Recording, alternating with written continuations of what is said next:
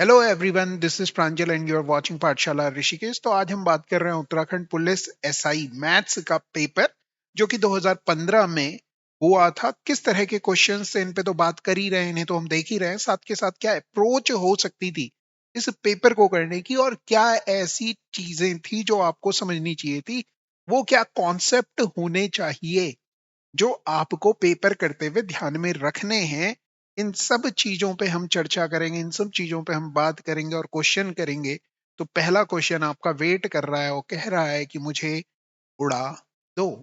तो आप कहेंगे, बहुत ही प्यारा सा लिखा हुआ सवाल कि 3 के प्रथम 5 गुणजों का योग बताना है। अब एक चीज समझो, 3 के जो मल्टीपल होंगे उनको जब जोड़ोगे तो जो आंसर आएगा वो 3 का मल्टीपल आएगा कि नहीं आएगा? तो आप बोलेंगे आएगा। तो कौन कौन से ऑप्शंस ऐसे हैं? आपने बोला ये तीनों ऑप्शन है, मतलब इस क्वेश्चन को कैलकुलेट करना पड़ेगा। तो पहले 3 मल्टीपल या गुणज कौन कौन से होते हैं? तो 3 का पहाड़ा देखना है, 1 से शुरुआत करनी है। 3 हो गया, 6 हो गया, 9 हो गया, 12 हो गया और 15 हो गया। ये 5 संख्याएं कह रहा है, 5 गुणज कह रहा है, तो 5 लिख लिया। इनको जोड़ने का तरीका क्या होना चाहिए? अगर 5 नंबर्स का एवरेज देखें तो 9 है, और टोटल संख्याएं कितनी हैं? तो आप बोलेंगे 5 है, तो 9 पंजे 45 आप कर देते। क्योंकि जो योग होता है, जो सम होता है, वो एवरेज इनटू टोटल नंबर होता है। इस तरह से किया जा सकता था।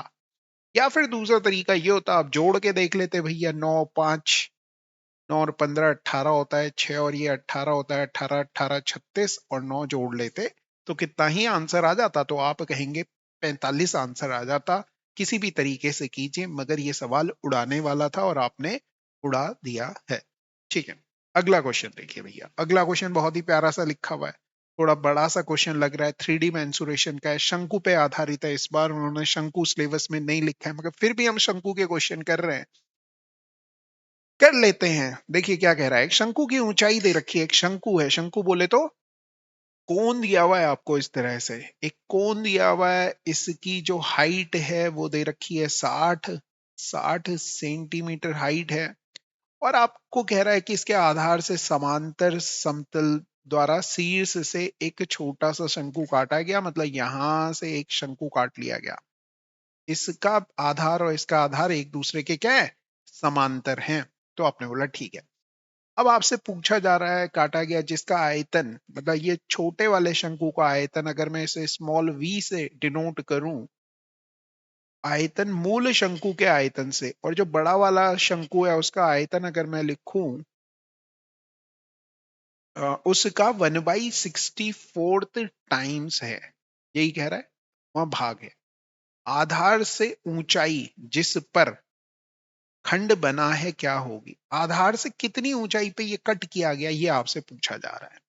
ठीक है, तो आपने देखा v के बारे में अगर मैं बात करूं तो स्मॉल v है और ये कैपिटल V है। इनका रेशो 1/64 दिया हुआ है और कुछ भी नहीं दिया हुआ है। तो आप जो ये वॉल्यूम है, जो आयतन है दोनों का, वॉल्यूम की बात करें तो 1/3 pi small r square h, और 1/3 pi capital R square into H. अब आप बोलेंगे R और H क्या लिया? तो छोटे वाले शंकु की त्रिज्या को मैंने R लिया है, हाइट को H लिया है। बड़े वाले शंकु की त्रिज्या को मैंने कैपिटल R लिया है और टोटल हाइट को H लिया है, कैपिटल H। ठीक है। अब अगर मैं आपसे कहूं कि जो ये R और H है, इन दोनों को सेम कर लो, मतलब इसे भी कैपिटल R लिख लो, इसे भी R लिख लो, क्या ही फर्क पड़ रहा है? दोनों तो सेम ही है। ठीक है। तो आपने कहा 1/3 पाई से 1/3 पाई कट गया, और ये आर स्क्वायर और आर मिलकर के आर क्यूब दे देंगे, और यहां पर आ जाएगा कैपिटल आर क्यूब। या आप इसे ये भी लिख सकते थे, H cube upon capital H cube. बात वही है, आर को जब हम एच के बराबर कह रहे हैं तो एच भी तो आर के बराबर होगा। आपने बोला हाँ। इनका रेशो दे रखा है 1/64। इसको और इसको कंपेयर कर रहा हूं मैं, तो h अपॉन कैपिटल H की वैल्यू आ जाएगी भैया, ये आ जाएगा 4। 4 कहां से आया? 64 किसका क्यूब होता है? 4 का। इसका क्यूब हटा तो सब जगह क्यूब हटा दिया। क्लियर हो रहा है?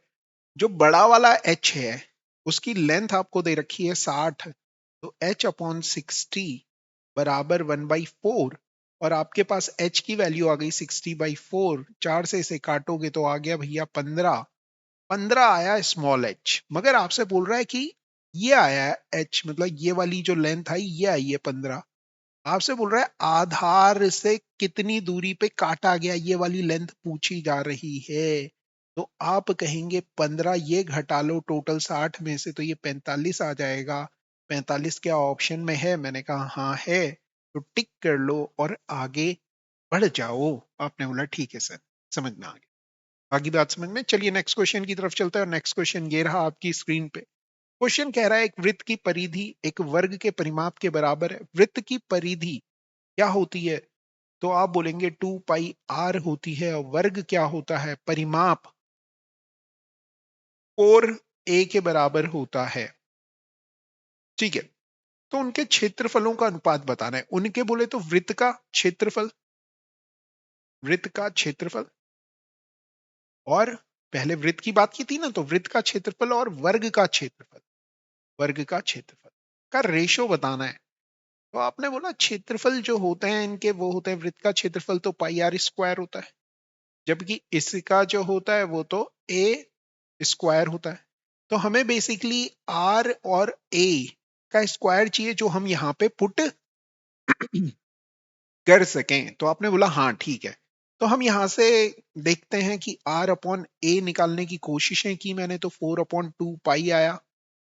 2 से ये कट गया भैया 2 बार, और पाई की जगह मैं क्या रख लेता हूँ?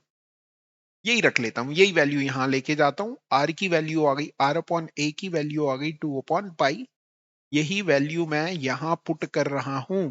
तो पाई तो है ही, आर अपॉन ए का स्क्वायर मतलब 2 का स्क्वायर 4 हो जाएगा, ए का स्क्वायर पाई का स्क्वायर हो जाएगा, इससे ये कट जाएगा। पाई की वैल्यू आप कहोगे कि सर 22/7 होती है, जो 7 है वो ऊपर जाएगा। 2 दूनी 4, 2 से ये कट गया 11, 14/11 किसी ऑप्शन में अगर है तो उसे मेरे प्यारे बच्चों टिक कर लो और आगे बढ़ जाइए। ठीक है, तो ये 2D मेंसुरेशन का क्वेश्चन था। अगला क्वेश्चन देखिए, क्वेश्चन नंबर 229। क्वेश्चन में कह रहा है the shadow of a 6 metre tall pole, एक 6 मीटर लंबे खंबा जो होगा ना वो हमेशा जमीन के ऊपर इस तरह से होगा, अगर कुछ नहीं कहा हुआ तो। 6 मीटर लंबाई दे दी है, और इसकी छाया जो दी है यहाँ पे ये 2√3 दी है। अगर आप इसे ऑब्जर्व करोगे तो सूर्य का उन्नयन कोण, मतलब ये वाला एंगल आपसे पूछा जा रहा है कितना होगा, क्योंकि सूर्य सूर्य इधर ही बनेगा, यहां से आदमी देखेगा ऐसे करके, तो ये वाला एंगल ही पूछा जा रहा है। ऐसे आप समझते हैं बात को? तो आपने बोला हाँ जी समझ में आती है। अब मैंने आपसे कहा है कि ये एक राइट एंगल ट्राइंगल है, तो रेशो देखो साइड्स के बीच में, तो ये आ रहा है 3 और √3। √3 से दोनों नंबर कटेंगे, ये आ जाएगा √3 और ये आ जाएगा 1। अगर आप ऑब्जर्व करो तो ये रेशो कुछ इस तरह से नहीं बन रहा है। ऐसा ट्राइंगल मैंने आपको पढ़ाया है कि ये 1 है, ये √3 है, और ये 90 डिग्री वाला ट्राइंगल है। तो 1 के सामने वाला जो एंगल होता है 30 डिग्री होता है, √3 के सामने वाला एंगल 60 डिग्री होता है। मतलब √3 के सामने वाला एंगल ये 60 डिग्री होगा, यही हमें बताना है। आप बोलेंगे कौन सा ऑप्शन है? ऑप्शन नंबर ए ही दे दिया गया है, और आपने कहा ये तो बहुत ही अच्छी बात हो गई है। ठीक है, चलिए नेक्स्ट क्वेश्चन की तरफ चलते हैं। नेक्स्ट क्वेश्चन कुछ इस तरह से रहा, एक घटना के घटित होने की प्रायिकता निम्न में से कौन सी नहीं हो सकती? नहीं हो सकती, प्रायिकता, प्रोबेबिलिटी की बात कर रहे हैं। तो प्रोबेबिलिटी कुछ भी हो, वो आपने पढ़ा है favourable outcomes upon total outcomes होता है, टोटल आउटकम होता है। ठीक है, फेवरेबल का मतलब जो आप चाहते हैं वो रिजल्ट है ना। अब हिंदी में फेवरेबल को क्या कहते हैं? कुछ तो कहते होंगे, जो आप चाहते हो, चाहते हो वो रिजल्ट बटे कुल रिजल्ट। क्या क्या रिजल्ट्स आ सकते हैं, है ना? क्या क्या रिजल्ट्स आ सकते हैं? तो कुल रिजल्ट की जो संख्या है वो हमेशा ज्यादा होगी जो रिजल्ट आप चाहते हो उससे, है ना। इसको इसी तरह से देख सकते हैं कि जैसे आपको हेड या टेल चाहिए, आ क्या क्या सकता है, तो हेड भी आ सकता है, टेल भी आ सकता है, मतलब दो रिजल्ट आ सकते हैं। चाहिए क्या, एक ही चाहिए। मतलब जो ऊपर वैल्यू होगी वो हमेशा नीचे वाली वैल्यू से कम होगी, तो जो भी प्रोबेबिलिटी बनेगी वो हमेशा एक से छोटी होगी, एक से छोटी होगी, ठीक है ना। फ्रैक्शन में होगी, तो ये 1/5 है, एक से छोटा है। 3/10 है, एक से छोटा है। 1/25 है, एक से छोटा है। और ये 5/4 है, ये एक से छोटा नहीं है। 4 से 5 को डिवाइड करोगे तो एक सही, एक से ज्यादा है, 1/4 ज्यादा है, तो आप कहेंगे कि जी यही नहीं हो सकती प्रोबेबिलिटी, यही सही आंसर हो जाएगा। चलिए नेक्स्ट क्वेश्चन की तरफ चलते हैं। एक ही समय पर दो पासे फेंके जाते हैं, दोनों पासों पर अलग अलग अंक आने की प्रायिकता कितनी है। अलग अलग, अब ये देखना थोड़ा मुश्किल है। मैंने कहा कि अगर दो पासे फेंके जा रहे हैं, पहले पासे में 1 आ रहा है तो दूसरे पासे में 1 आ सकता है, ये तो सेम आ गया। अगर पहले पासे में 2 आ रहा है तो दूसरे में 2 आ सकता है। तीसरी बार फेंकता हूं, 3 आ रहा है तो इसमें भी 3 आ जाए। चौथे में 4 आ रहा है, चौथी बार फेंक रहा हूं तो दूसरे में भी 4 आ जाए। 5 पहले में आया तो दूसरे में भी 5 आ जाए। 6 फेंक रहा हूं तो दूसरे में भी 6 आ जाए। तो टोटल जो इक्वल आ रहे हैं, दोनों में सेम संख्या आ रही है, ऐसे कितने नंबर हो रहे हैं, कितनी बार ऐसा हो रहा है। तो आपने बोला 6 बार हो रहा है जी। कितनी ही बार हो रहा है, 6 बार ऐसा हो जा रहा है। ओ ठीक है, 6 बार ऐसा हो जा रहा है। अरे भैया 1 मिनट रुक जाइए, अरे गलत हो गया। ऐसा कितनी बार हो रहा है, तो आपने बोला 6 बार ऐसा हो जा रहा है, ठीक। अब अगर आप देखो तो टोटल कितने रिजल्ट्स बन सकते हैं, तो आपने बोला पहले में 1 आया, पहले कोई केस को देख लेते हैं। दूसरे में 1 2 भी आ सकता था, 1 3 भी आ सकता था, 1 4 भी आ सकता था, 1 5 भी आ सकता था, 1 6 भी आ सकता था। तो 6 रिजल्ट तो आपको यहां मिल रहे थे 1 वाले। फिर 2 वाले भी ऐसी 1 2 3 4 5 6 तक मिलते, 3 वाले भी 1 2 3 4 5 6 तक मिलते, यहाँ भी 6 रिजल्ट मिलते। 5 वाले 1 2 3 4 5 6 तक मिलते, 6 वाले 1 2 3 4 5 6 तक मिलते। तो सब जगह 6 6 6 6 6 रिजल्ट मिलते, मतलब टोटल 6 यहाँ मिलते, 6 यहाँ मिलते, 6 यहाँ मिलते, 6 यहाँ मिलते, 6 यहाँ मिलते, 6 यहाँ मिलते। ऐसे में तो इनको जोड़ोगे 1 2 3 4 5 6, मतलब टोटल 36 रिजल्ट मिलते हैं। और 36 रिजल्ट में से 6 रिजल्ट ऐसे हैं जिनमें दोनों पासों में सेम नंबर आ जाता। आपने बोला हाँ, मगर हमें क्या चाहिए, अलग अलग अंक चाहिए। तो भैया ये 6 हटा लो, कितने रिजल्ट ऐसे हैं जिनमें अलग अलग हैं। 36 में से 6 हटा लिया तो 30 रिजल्ट ऐसे हैं। और जब भी हम प्रायिकता की बात, प्रोबेबिलिटी की बात करते हैं, तो फेवरेबल आउटकम जो हमें चाहिए, ऐसे रिजल्ट कितने हैं, 30 हैं। बटे टोटल रिजल्ट्स कितने हैं, तो आपने बोला 36 हैं, तो 5/6 आंसर हो जाएगा। है क्या ऐसा कोई ऑप्शन, आपने बोला हाँ है। चलो भैया आगे देखो, आगे में क्या कह रहा है। अगला क्वेश्चन, हाँ, क्वेश्चन में कह रहा है कि नेचुरल नंबर व्हेन, एक प्राकृतिक संख्या को 12 से बढ़ाने पर अपने व्युत्क्रम का 160 गुना हो जाती है। मतलब मैंने कहा कि कोई नंबर ए है, उसमें जब 12 जोड़ा जाता है तो जो रिजल्ट आता है यही रिजल्ट आएगा, A+12, ये बराबर है अपने व्युत्क्रम। व्युत्क्रम का मतलब इनवर्स, मतलब ए का इनवर्स होता है 1/a, इसका 160 टाइम ये होना चाहिए। अगर इसे थोड़ा सा और समझें तो क्रॉस मल्टीप्लाई करूं तो ये a की मल्टीप्लाई होगी, A² + 12a बराबर 160, और ये 160 इधर आ जाएगा, A² + 12a माइनस 160 बराबर 0। मतलब आपको बताना क्या है, संख्या बतानी है। संख्या क्या ली थी आपने, a ली थी, मतलब a का ही मान दे रखा है, ये सब जो भी दिया हुआ है। मैंने कहा हाँ जी, ये तो शायद गड़बड़ होगा। तो मैं क्या करता हूँ, सबसे आसान ऑप्शन की तरफ हमेशा जाता हूँ। मेरा यही मानना है कि आसान ऑप्शन को चूज करो जब भी आप ऑप्शंस पे जा रहे हो। तो आपने कहा 8 को ले लेता हूं, एक ही जगह 8 रखता हूं यहाँ पे। तो 8 का स्क्वायर किया 64 है, 12 अठे 96 आ गया। भैया इन दोनों को जोड़ोगे 160 आता है कि नहीं आता? उसमें से 160 घटाओगे तो क्या शून्य आता है? आपने बोला हाँ, सेटिस्फाई कर गया भैया, बात पक्की हो गई, बात पक्की हो गई, तो यही आंसर हो जाएगा। ये वाली चीजें आपने समझनी है। अगर कोई क्वेश्चन आपने नहीं भी किया हुआ है ना, इस तरह के क्वेश्चंस को लोग नंबर सिस्टम के अंदर कह देते हैं, मगर हर वो सवाल किसी टॉपिक के अंदर आए ये जरूरी नहीं। इन क्वेश्चंस को मैं कहता हूं मैथमेटिकल या जर्नल अवेयरनेस। ये टर्म मेरी है कि मैथ्स में कितना जर्नली अवेयर हो आप, कितनी आपके पास कॉमन सेंस है, उस तरह से ये सवाल आप कर सकते हो। तो ये आपने डेवलप कर लेनी है।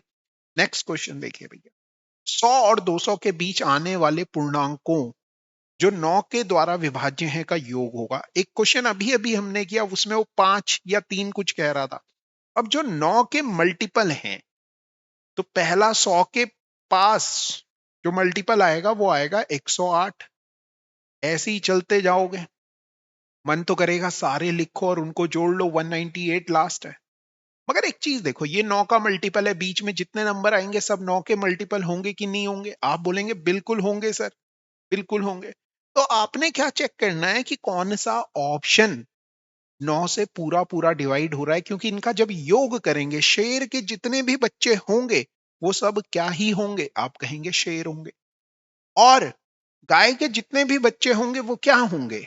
गाय ही होंगे। गाय का मतलब मेल फीमेल दोनों में से कुछ एक होगा, तो वो मतलब गाय की प्रजाति के ही होंगे। ये आपने समझना है। तो 9 के मल्टीपल्स को अगर जोड़ेंगे तो 9 का मल्टीपल ही मिलेगा। तो पहला ऑप्शन हमने देखा, क्या ये 9 का मल्टीपल है? 9 का मल्टीपल डिविजिबिलिटी का रूल कहता है कि अंकों को जोड़ो। ये 9 कट गया, मगर ये 7 नहीं कट रहा 9 से।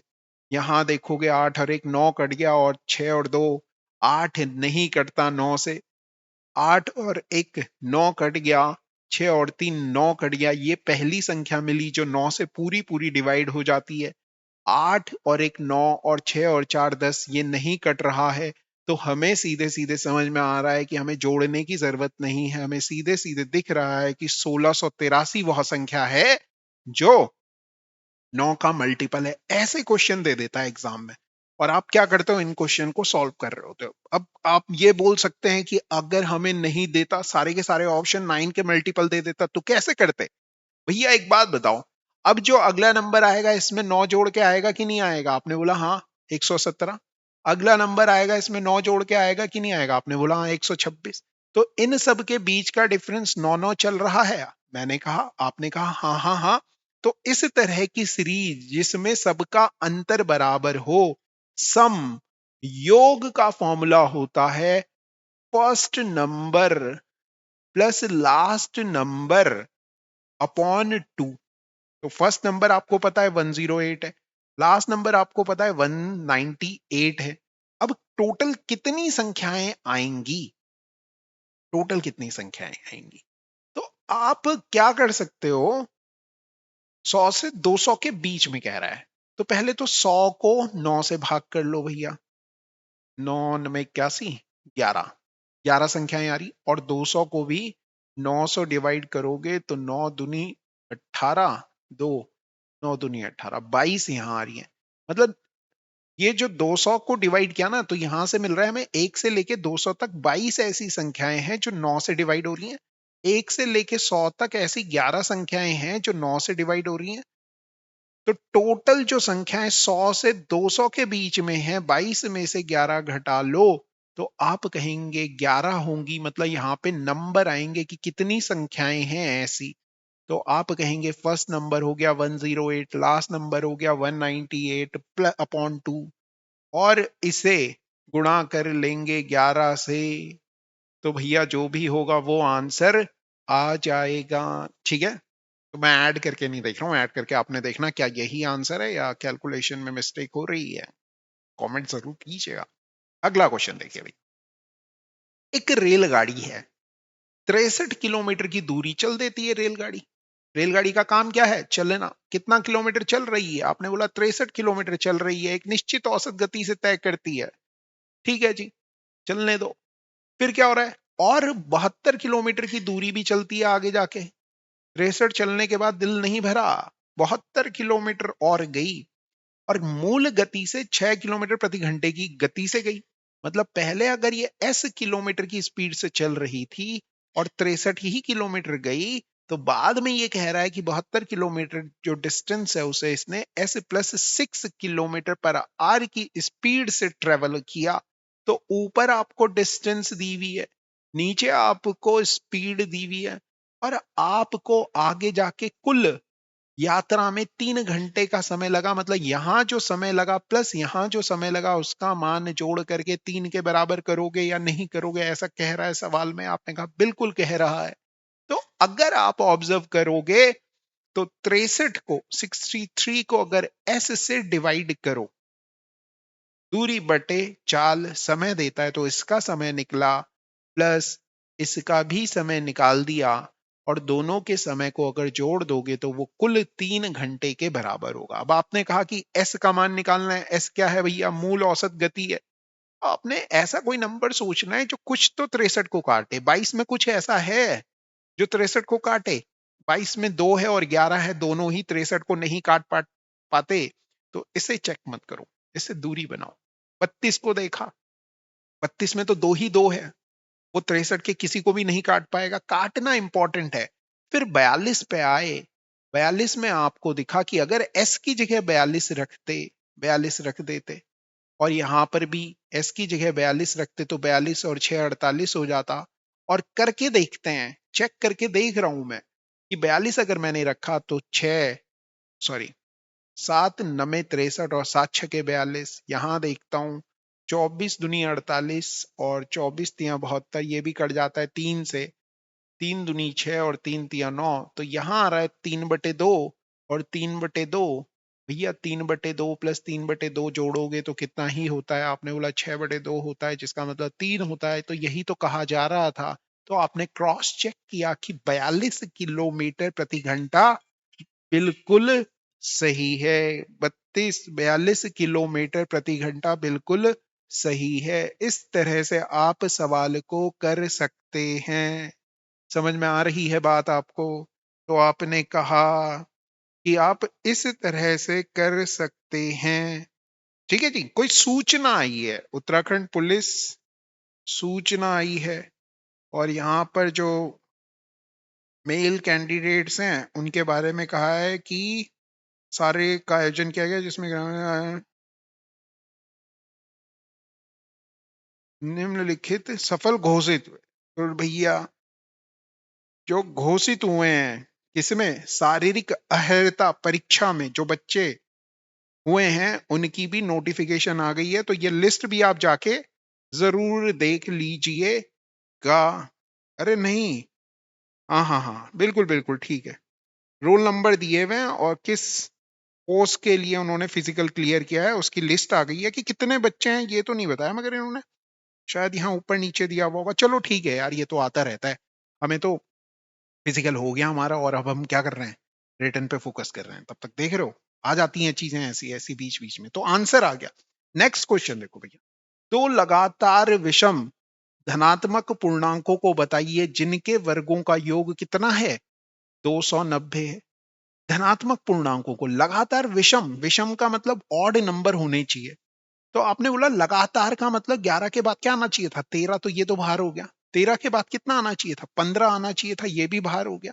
मतलब दो ही ऑप्शन आपके पास बच रहे हैं, या तो 11 13 या 15 और 17। मगर 17 का अगर स्क्वायर करते हो तो 289 होता है। उसमें 15 का स्क्वायर जोड़ते हो तो क्या 290 आएगा? आपने बोला नहीं नहीं, ये तो बहुत ज्यादा हो जाएगा, इसे मत करना कैलकुलेट। तो किसकी तरफ जाओगे? इसकी तरफ जाओगे, सीधे आंसर कह दोगे। मगर फिर भी दिल कहेगा कि नहीं हम चेक करेंगे। तो मेरे प्यारे बच्चों चेक करना, 169 ऐड करोगे 290 ही आंसर हो जाएगा। ये अप्रोच आपने समझनी है। सबसे इंपॉर्टेंट बात ये है, क्वेश्चन कैसे होगा कैसे नहीं होगा, मगर ये जो अप्रोच की बात मैं कर रहा हूं ना, इस पे फोकस करना है, इसे सही से समझना है आपने। अगला सवाल बड़ा प्यारा लिखा हुआ है। क्वेश्चन में लिख रहा है, अगर इसे मैं सही से लिख दूं तो a प्लस बी लिख रहा है, फिर उसके बाद a square plus B square लिख रहा है, प्लस a माइनस बी लिख रहा है, फिर a की पावर 4 प्लस b की पावर 4 लिख रहा है। अब इसको और इसका प्रोडक्ट देखें, a प्लस बी और a माइनस बी। मेरे प्यारे बच्चों, किस बच्चे को नहीं पता कि ये a square minus B square होता है? सबको पता है। और फिर आगे a square plus B square तो लिखा ही है, और फिर a की पावर 4 प्लस b की पावर 4 लिखा है। भैया ये और ये फिर से a माइनस बी और a प्लस बी को अगर देखोगे तो ये a की पावर 4 माइनस b की पावर 4 बना देंगे, ये दोनों नंबर मिल करके। फिर आपके पास a की पावर 4 प्लस b की पावर 4 लिखा हुआ है, ये दोनों मिलकर के कितना ही बना देंगे? एक पॉजिटिव आदमी और एक नेगेटिव आदमी अगर साथ में मिल जाए, एक नेगेटिव और एक पॉजिटिव आदमी मिल जाए, तो भैया पावर डबल कर लेते हैं, मगर रहेगी नेगेटिविटी। ये ध्यान में रखना, ऐसे याद रखना है ना। चले, किसका फॉर्मूला लग रहा था? कौन सा फॉर्मूला था? ए स्क्वायर माइनस बी स्क्वायर बराबर होता है ए प्लस बी और ए माइनस बी। तो आंसर क्या ही हो जाएगा? है कोई ऑप्शन ऐसा? ये है ए की पावर 8 बी की पावर 8। अगला क्वेश्चन देखो भैया, 10 व्यक्ति 2 घंटे में 15 पेड़ काट सकते हैं। तो एमडीएच का सवाल है, एम की वैल्यू दे दी और टाइम दे दिया, मतलब डी एच दे दिया अपॉन डब्ल्यू दे दिया। तो एम की वैल्यू अगर देखोगे तो कितनी है? 10 आदमी 2 घंटे में कितने पेड़ काटते हैं? 15। तो 2 व्यक्ति कार्य छोड़कर चले गए, कितने लोग बचे? आपने बोला 8 लोग बचे हैं। 3 घंटे में कितने पेड़ काटेंगे? 3 घंटे में के पेड़ काटेंगे? तो भैया कटता है, काटो। 5 दूनी 10, 5 3 15, और ये 4 से 8 कट गया 2 बार। तो के बराबर आ गया भैया 6, और ये 3 भी तो इधर ही गुणा होगा ना। हाँ, तो 18 पेड़ उड़ा देंगे, जो कि गलत है, पेड़ नहीं उड़ाने चाहिए। अगला क्वेश्चन देखो, क्वेश्चन उड़ाओ। ठीक है, दो संख्याओं का महत्तम समापवर्तीय या एचसीएफ दे रखा है 12, उनका अंतर भी 12 है। तो भैया अगर कोई संख्या, किन्हीं दो संख्याओं का एचसीएफ 12 हो, तो आप कहेंगे वो दोनों संख्याएं 12 की टेबल में आएंगी। ऐसी संख्याओं को ढूंढो जो 12 की टेबल में आती हैं। आपने बोला ये हैं, इनके बीच का अंतर भी क्या 12 ही है? मैंने कहा हाँ जी है। तो यही आंसर हो जाएगा, और सारे के सारे ऑप्शन क्योंकि 12 की टेबल में नहीं आ रहे थे, दोनों नंबर के 12 की टेबल में आने की दरकार थी। एचसीएफ एलसीएम अगर आपने नहीं किया है तो यूट्यूब पे भी हमने एचसीएफ एलसीएम की क्लासेस की, आप पाठशाला ऋषिकेश लिखिए और एचसीएफ एलसीएम कीजिए, या फिर यूकेपीएससी का जो ये प्लेलिस्ट मैंने बनाया है, इसमें भी आपको एचसीएफ एलसीएम की क्लासेस मिल जाएंगी, वहां से भी आप क्वेश्चन कर सकते हैं। अगला ये कह रहा है कि यदि a लेस देन है 0 से छोटा है कोई आदमी, 0 से नीचे चले गया आदमी, मतलब नेगेटिव हो गया, नेगेटिव हो गया आदमी, नेगेटिव हो गया, तो मैं a की जगह ले लेता हूं, a की वैल्यू में ले लेता हूं भैया -1/2। ठीक, अब ये a की बात कर रहे हैं कि ये a है, स्मॉल a ही ले लेते हैं। a का मतलब हो गया -1/2। अब आपसे पूछा कौन सी अधिकतम है, इसमें देखेंगे तो -2/2, इसे देखेंगे -4/2, इसमें रखेंगे -8/2। कौन सा अधिकतम है? अभी आप खुद बताएंगे कि कौन सा अधिकतम है। यहां देखो कौन सा अधिकतम है। ठीक है, अब देखिए, ये दिया हुआ है कि माइनस का आधा का लॉस हुआ, 1 रुपए का लॉस हुआ, 2 रुपए का लॉस हुआ, 4 रुपए का लॉस हुआ। सबसे अमीर आदमी कौन है जिसका सबसे कम रुपए का लॉस हुआ? अरे, कौन है सबसे अमीर आदमी जिसका सबसे कम का लॉस हुआ? तो इसी का हुआ सबसे कम का, तो यही अधिकतम है, अधिकतम। ठीक है जी, यही मैक्सिमम है।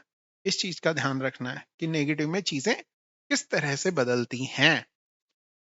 क्वेश्चन कह रहा है 10 और 100 के बीच में कितनी संख्याएं हैं? समस्याएं नहीं भाई, ओ भैया जिसमें अंक 5 आता है। संख्याएं, समस्याएं तो बहुत है, मगर 5 और 100 के बीच में संख्याएं कितनी हैं जिनमें अंक 5 आता है? ठीक है, तो आपने देखा और उसने ये नहीं कहा कि 2 डिजिट की या 1 डिजिट की। उसने ये हाँ कहा है, उसने 10 और 100 के बीच में ओ कहा है। तो पहली संख्या जो 10 और 100 के बीच में है वो है 15। फिर आपने बोला 25, फिर आपने कहा 35, फिर आपने कहा 45, फिर आपने कहा 55, फिर आपने कहा 65, फिर आपने कहा 75, 85, 95। आगे तो नहीं जाएंगे, 100 पे पहुंच जाएगा। और कहाँ आता है भैया 5? तो आपने बोला 50 में आता है, मतलब 51, 52, 53, 54, 55, 56, 57, 58, 59, 60 नहीं लेंगे और 50 ले लेंगे। ठीक है, अगर ऐसे में गिनोगे तो 1 2 3 4 5 6 7 8 9, 9 बार 5 तो यहां आया। और यहां देखोगे 1 2 3 4 5 6 7 8 9 10, 10 बार 5 यहां आया। तो 10 बार ऐसे में आया और ऐसे में 9 बार आया, मतलब टोटल कितनी बार ही आ गया? तो आपने कहा 19 बार आ गया 5। ठीक है जी, लिया? कुछ और तो नहीं है missing? Digit how many problem are there between इतना विच 5 ऑकर। ओ, अंक 5 आता है। अब एक और चीज समझो, आपने ना ये 19 कहा, कब कहा? जब आपने इस 55 को 2 बार गिना। मगर वो संख्याएं पूछ रहा है, वो ये नहीं पूछ रहा कि कितने 5 आते हैं जिनमें अंक 5 आता है। तो 19 नहीं होगा आंसर, आंसर होगा 18। क्योंकि इस संख्या को हमने 2 बार गिन दिया था, एक बार ऐसे में गिना था, एक बार ऐसे में गिना था। ठीक है जी, क्लियर होगी बात? अगला क्वेश्चन देखो, यदि 5 पूर्णांकों का गुणनफल ऋणात्मक है तो 5 पूर्णांकों में अधिकतम कितनी संख्याएं ऋणात्मक हो सकती हैं? नेगेटिव हो सकता है, प्रोडक्ट की बात कर रहा है। तो आपने कहा -1, फिर मैं दूसरा ले लेता हूं -1, तीसरा भी -1 ले लेता हूं, चौथा भी -1 ले लेता हूं, पांचवा भी -1 ले लेता हूं। क्यों ले लेता हूं? क्योंकि वो मैक्सिमम नंबर कह रहा है। क्यों ले लेता हूं? क्योंकि वो मैक्सिमम नंबर कह रहा है, क्योंकि वो मैक्सिमम नंबर कह रहा है, इसलिए मैं ऐसे ले लूंगा। आ गई बात समझ में? तो आपने बोला हाँ जी, हाँ जी, हाँ, बिल्कुल समझ में आ गई है। आ गई है ये वाली बात समझ में? तो आपने बोला हाँ जी, आ गई है। क्या ही हो जाएगा इससे? इस तरह से आप इस क्वेश्चन को कर सकते हैं। मतलब टोटल कितने ही आएंगे? 5 ही आएंगे। 5 नेगेटिव नंबर मिलके नेगेटिव ही बनाएंगे। तो मैक्सिमम पूछ रहा है तो 5 आएंगे। पूछता मिनिमम कितनी ऋणात्मक संख्याएं आ सकती हैं? मिनिमम, मिनिमम वैसे तो 0 आ सकती हैं, मगर वो ऑप्शन में बताएगा, है ना? या 2 3 4 इनमें से कौन सी हो सकती है मिनिमम, तो फिर आप देखोगे। ठीक है, तो 5 हो जाएगा यहाँ पे आंसर।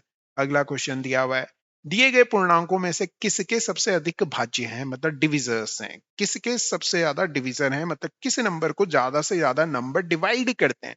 तो आपने बोला 176 के फैक्टर करते हैं। ऐसे करो, तरीका समझो।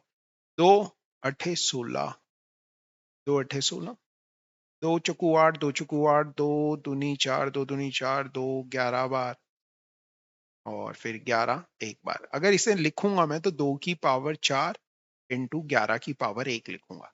अब जो इनके फैक्टर होते हैं, टोटल नंबर ऑफ फैक्टर्स जो होंगे या टोटल नंबर ऑफ डिविजर्स जो होंगे ना, जो भी पावर है, जैसे इसमें पावर 4 थी और इसमें 1 थी, इनमें एक एक जोड़ना और दो एक एक जोड़ करके गुणा कर देना। तो ये 5 बन गया, ये 2 बन गया, 5 दूनी 10 फैक्टर आ गए, 10 डिविजर होंगे इस नंबर के।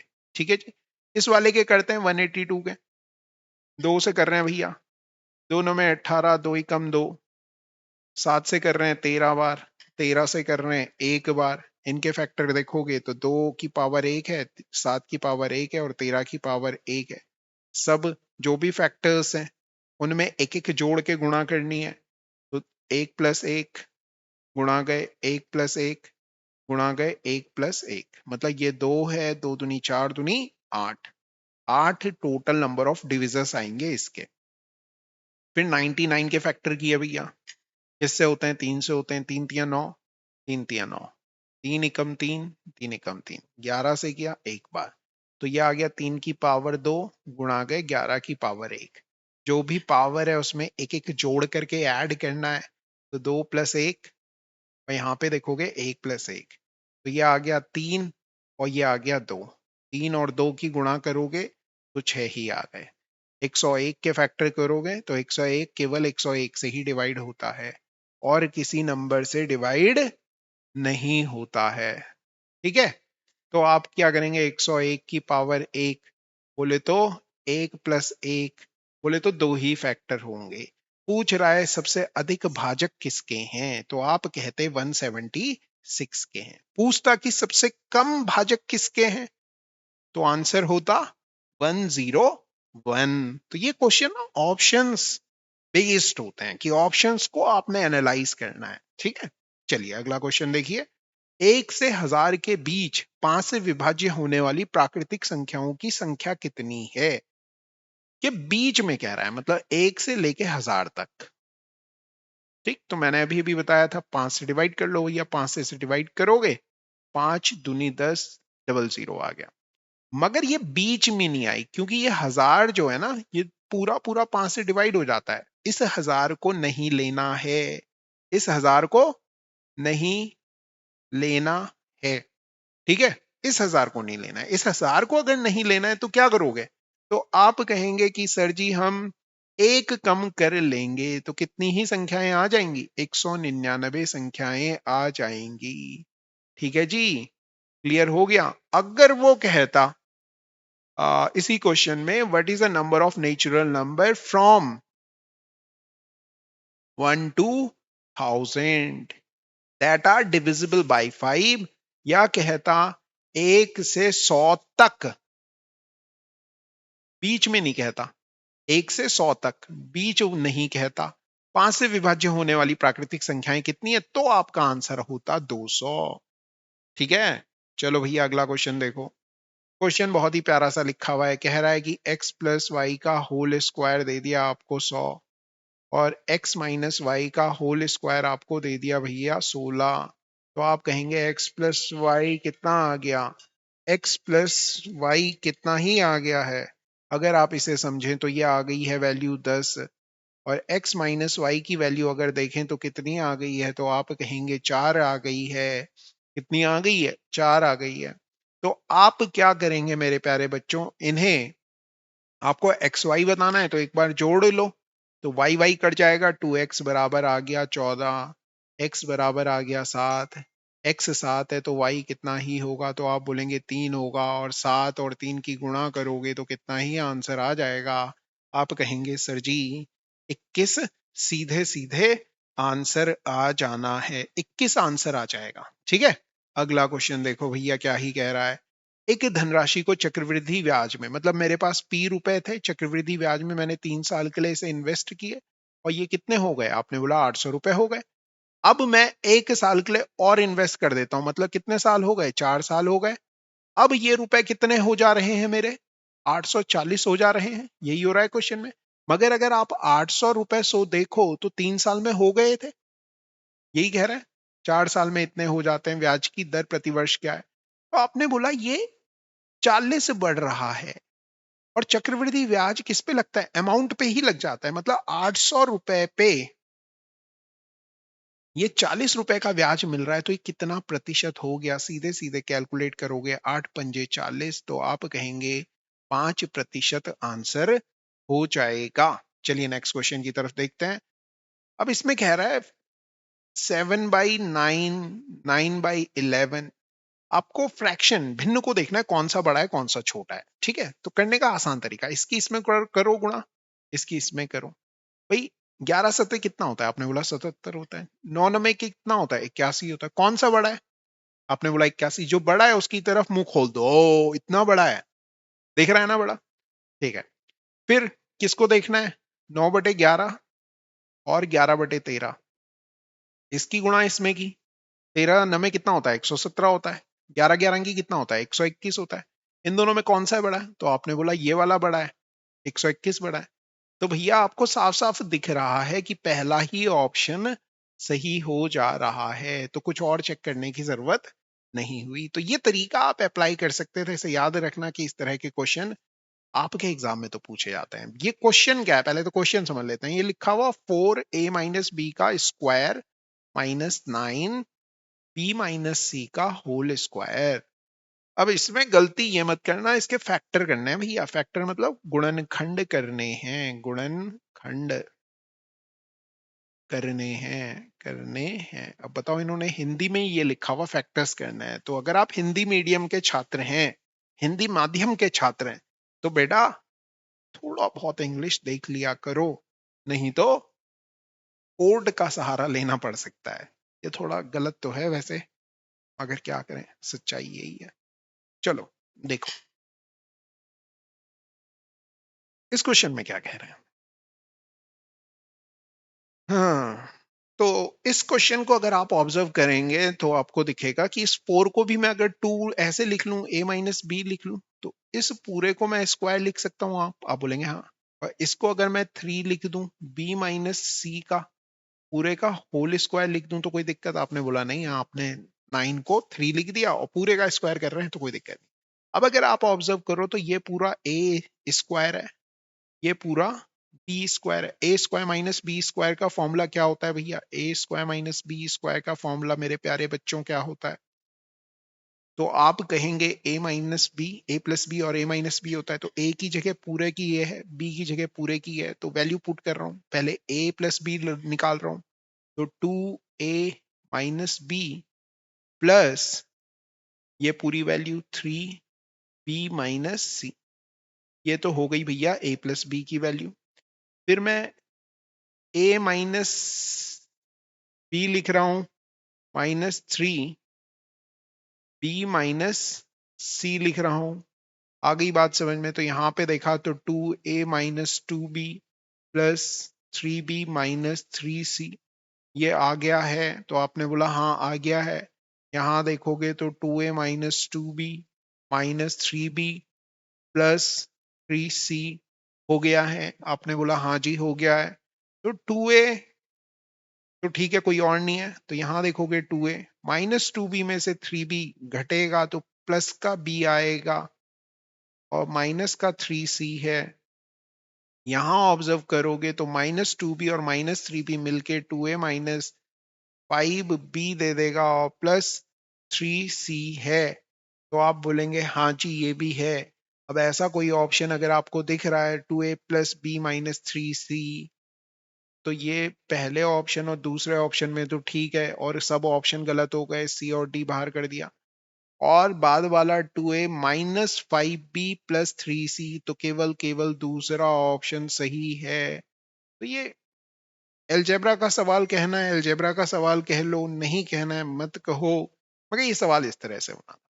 अगले क्वेश्चन में कह रहा है कि यदि वृत्त का परिमाप तथा क्षेत्रफल समान है। परिमाप कितना होता है वृत्त का? तो 2 पाई आर होता है। क्षेत्रफल कितना होता है? पाई आर स्क्वायर है। समान है मतलब बराबर करो, पाई से पाई कट गया, एक आर से ये आर कट गया, और आर की जो वैल्यू आ गई वो 2 के बराबर आ गई। आर बोले तो रेडियस, वृत्त की त्रिज्या ही पूछी जा रही है, आप कहेंगे 2 इकाई होगा। अगला क्वेश्चन देखो भैया क्या कह रहा है। सवाल बहुत ही प्यारा सा है और टाइम एंड वर्क का है। कह रहा है कि 8 पुरुष और 12 लड़के किसी काम को 10 दिन में करते हैं। 8 पुरुष और 12 लड़के, बॉय से डिनोट कर रहा हूं, 10 दिन में जो काम करते हैं वही काम 10 पुरुष, सॉरी वही काम 6 पुरुष और 8 लड़के 14 दिनों में कर देते हैं। ठीक है, पहले इसको सॉल्व करते हैं। 2 पंजे 10, 2 सते 14। अगर आप देखोगे तो मैन कितने हैं? 8 पंजे 40 मैन हैं प्लस 60 बॉय हैं, बराबर है ये 6 सते 42 मैन प्लस 8 सते 56 बॉय के। बॉय को बॉय के पास और मैन के पास लेके जाओगे तो 42 मैन में से माइनस हो जाएगा 40 मैन, और आपके पास जो वैल्यू आएगी 60 बॉय माइनस 56 बॉय, मतलब 4 बॉय बराबर हैं 2 मैन के। और मैन अपॉन बॉय की जो रेशियो आएगा वो आएगा 4/2, मतलब 2:1। मतलब एक आदमी अगर 2 समोसे खा रहा है तो एक लड़का केवल एक ही समोसे खा पा रहा है। अब सवाल में देखते हैं, केवल एक पुरुष और केवल एक लड़का क्रमशः उस काम को, मतलब एक आदमी अगर वो काम करता, कौन सा एक आदमी कौन सा काम करता, यही वाला पूरा काम जो कि 8 पुरुषों ने और 12 लड़कों ने कितने ही दिन में किया, आपने बोला 10 दिनों में किया, तो पुरुष की जगह कितना रखें, कितने दिन में करेंगे, तो आप लिख लो जी डी दिन में करेंगे। तो डी इंटू मैन की जगह कितना समोसा खा रहा है, आपने बोला 2, तो 2 रखो। ठीक है, 1 इंटू 2 2 ही होता है, 8 गुणा गए 2 प्लस 12 गुणा गए 1, और ये आ गया 10, तो 2D बराबर आ गया भैया 16 और 12 28,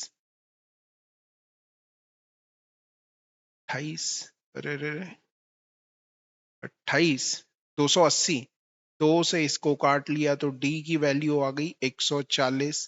किसके दिन आए ये, तो ये पुरुषों के दिन आए, कि एक आदमी अगर ये सारा का सारा काम करता तो 140 दिन लेता, एक ऑप्शन मिल गया ये 140।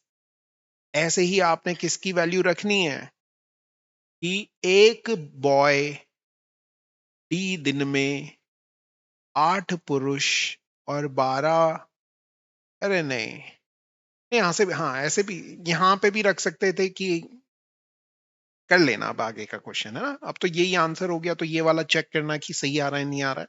मैं नहीं कहूंगा कि यहां रखना या यहां रखना, एफिशिएंसी जो बेस क्वेश्चंस हमने टाइम एंड वर्क के किए हैं, वो अगर आपको नहीं आते तो वो एक बार आप देख सकते हैं।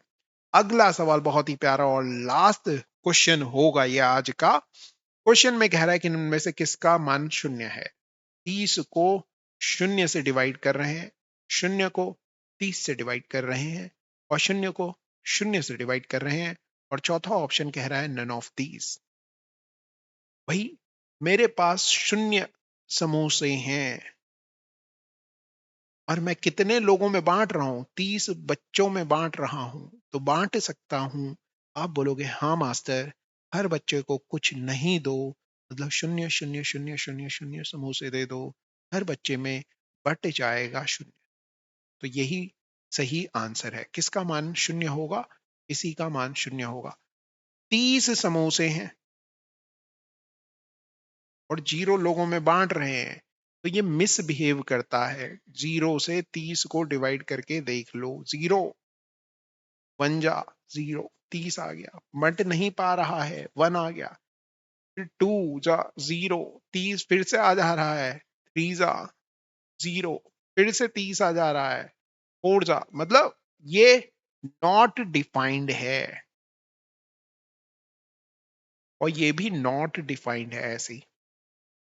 तो केवल एक ही 0 देता है, वो ये वाली वैल्यू है ऑप्शन नंबर बी, इसको ध्यान में रखना है। और यूकेपीएससी का बार बार मैं कहता हूं कि ये वाले जो सवाल है ये सबसे ज्यादा इंपॉर्टेंट होते हैं, कि वो शून्य है, तो शून्य इस तरह से आपने देख लेना है। चलो फिर ठीक है, thank you very much. I hope आपको ये सेशन समझ में आया हो, क्वेश्चंस को देखने का जो नजरिया है, जो तरीका है, उसको आपने सही से ग्रैस्प किया हो। क्वेश्चन कैसे लगे ये जरूर कमेंट करके बताना, किस तरह के क्वेश्चंस आपको और करने हैं ये भी कमेंट करना, ताकि उस तरह के और क्वेश्चन नेक्स्ट वीडियोस में हम ला सकें। हैव अ नाइस डे, पढ़ते रहो और करते रहो। फिजिकल का भी रिजल्ट आ ही गया है। धन्यवाद।